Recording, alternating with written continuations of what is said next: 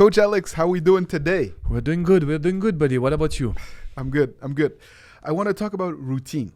Routine in relationships, routine in marriage. Mm-hmm. That's A not lot good. Huh? of people actually suffer from this. Mhm. The relationship becomes stale and people become complacent. And many times people feel like there must be more to life, more to relationship than this. Yeah. And couples kind of fall by the wayside, unfortunately. Mm-hmm.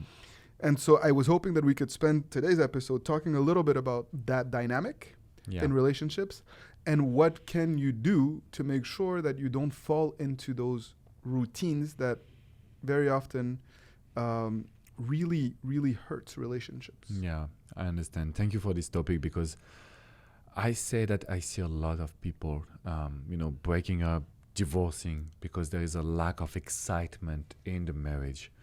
I think it's coming from Disney, Hollywood, even the society that tells us that love is forever. Nobody tells us that we have to keep, the momentum, keep the love and maintaining some attraction inside a marriage or a relationship. We tend to take our partner for granted. And in the same time, when I look at the society today, in French we say société de consommation. How can we Consumer society. Consumer society, like everything goes fast. There is a new iPhone every 2 months. There is a new pair of shoes, new car. It's like we are not breathing because we always want the next things. It's part of us, part of our DNA. And I think even more than comparing to our grandparents of the older generations. So I feel like we live in a world where we fight the routine all the time. We don't like to stay at the same place. We also take our partner for granted. We don't know how to maintain the love. At the end of the day, it creates more breakup. But thanks to this podcast, you should be able to get your ex back or avoid some breakup. I'm so happy that you talk about the environment and the society that we're in. Mm-hmm. And you talk about consumerism. I agree that that negatively impacts many relationships. But it's also this feeling that you describe of the need to be entertained. Mm-hmm.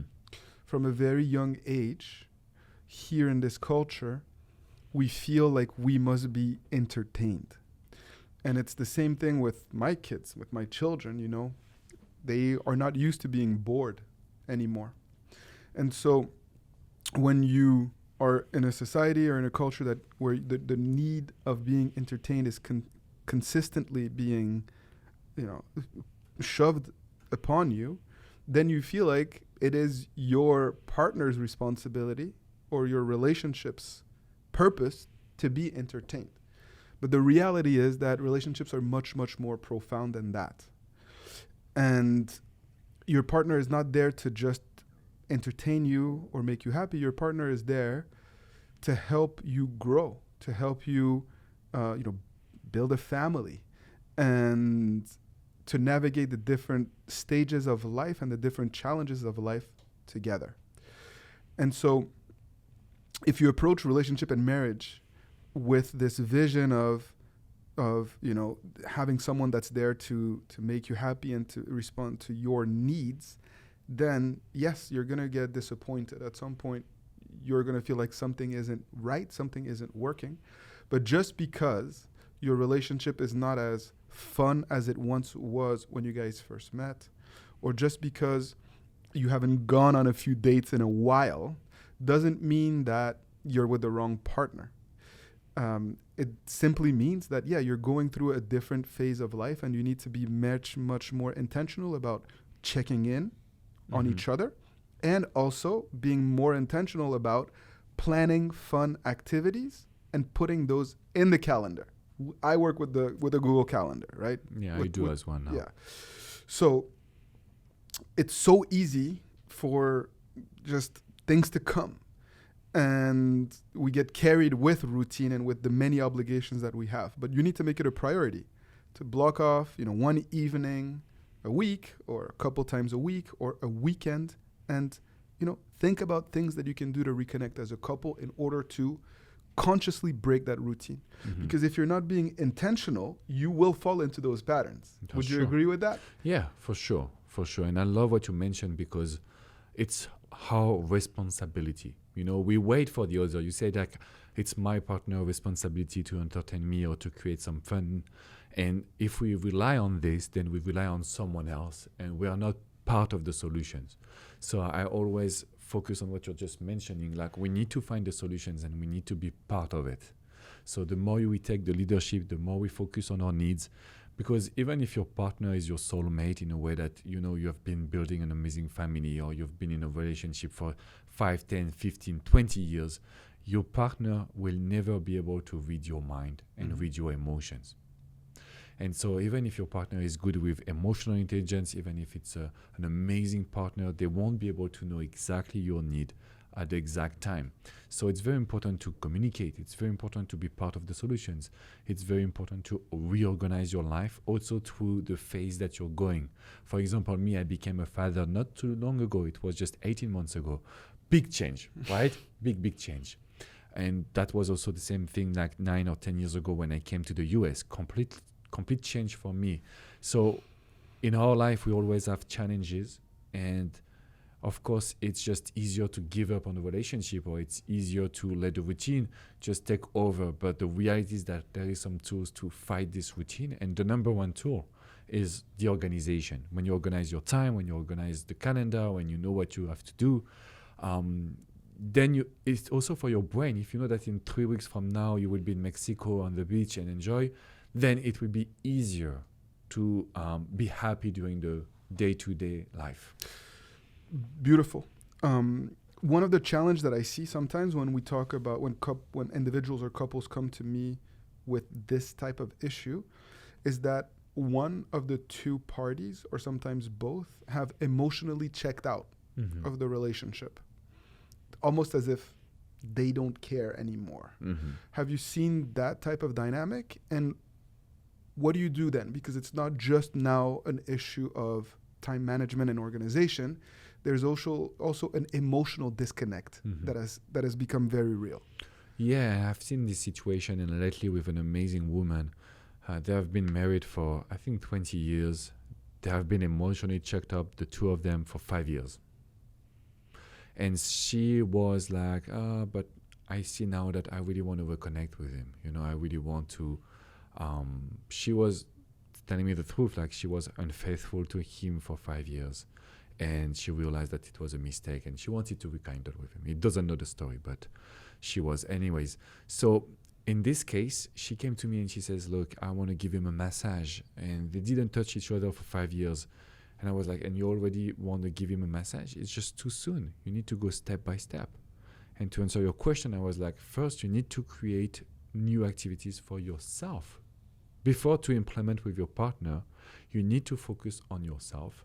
That will intrigue your partner, and then we can just reconnect with them. But we cannot go from nothing to 100%. We have to go step by step. And she got it, but she was a little bit frustrated because she said, I need to save my marriage, so she wanted to go all in. When we are emotionally checked out, the idea is to go step by step. Using wisdom, using the time. It's not like a race, it's not like a sprint, it's a marathon. Right. So I just told her, look, even just cooking together could be a nice activity right now because you didn't do it for years. Even just spending time and asking questions about his day, which you were not doing, it's quality time that can break the routine, and we can just check in again in the relationship. So I just want to tell people, please take your time. It's not a race. If you go too fast, that would create a disconnection even stronger. Beautiful advice. I'm so, I can relate to what you're saying. It's much more than just doing a series of activities. It's also, again, about, being mindful of the other person's needs, where they're at, and using emotional intelligence like we were talking about a few weeks back. Making sure that you are not putting more on your partner's plate than they're ready to deal with. So what are some other ways that we can really ensure that we don't fall into a rut as a couple? Or what are some other challenges perhaps that you've seen? So me, I only work with one exercise, or at least I start with it. Like there is one exercise I think we call it the bucket list, but me, I call it the dream list. Take note of everything that you want to experience in your personal life. Personal life. And then from this list, there is things that you want to do with your partner and implement them in your day-to-day life. So of course, it's kind of like using the calendar that we mentioned, but let's focus on what I really want to do.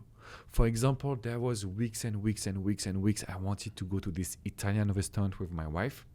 And there is always something, oh, the baby is sick, or oh, I'm tired, or the week was not easy, or whatever.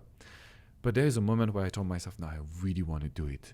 So we were able to book some time, go to the Italian restaurant, because this was a need. So when we have need, we can fight the routine. I feel like when we want to feel alive, we can fight the routine. And I have some lists that I want to do with my family, with my friends, with my wife, with my baby boy only. And so that's how I can organize my life to fight the routine. Beautiful. I want to know if you have one tool for yourself. Yeah, there's a couple of things that I wanted to share. One is about the importance of being present in the moment, right? Being in the present moment. So yes, that like to add to what you're saying, going to that Italian restaurant, bucket list item, fantastic, but make sure that you show up fully present so that you can really connect and really share that moment together and appreciate the little things, right? Like we say, the more you're able to appreciate the small things, like, you know, something funny that the server would say or something original that's on the menu, and like appreciate those things for what they are, not just being more enthusiastic while being grounded in the present moment. And the other element, which has helped me a lot, is to try to serve others as a family, right? So the more you can try to be of service to other people, to humanity or people in your neighborhood, the more your relationship, the more you can find kind of purpose in what you do as a couple. And again, we're staying away from this culture of being entertained and having fun, and we're moving more towards living a meaningful life, which fulfills us as a couple in a very profound way. At least that's been my experience and has helped me to be even more appreciative of my spouse and of my partner, and to feel like, yeah, we're building something greater than ourselves here. Let me ask you a question, Coach Adrian. This will be a tough one. But that's, for the first time in my life, I was like, wow, this is a tough question from a client. He told me, we have been married for, I think, 20 years. We have 2 kids that are in age of 10. And my wife, she said that she's leaving me because there is a routine. And I can tell she doesn't care about the kids. She just want to do her own things, doesn't care about me, doesn't care about the kids. If we spend time with the family, she's checked out or she doesn't want to be there. And every time she can leave the kids because she says like she wants to think about her. What would be your advice to fight the routine? But when you see your significant other not being the same values as yourself, and you can say like not getting back with that person, right? But what would be your advice, or how will you navigate this? Yeah. So the first thing that comes to my mind is the fundamental values very rarely shift overnight like this. Like one day you wake up and all of a sudden you realize, well, our values are completely different all of a sudden. So it's either this person is going through a midlife crisis of some kind and they need like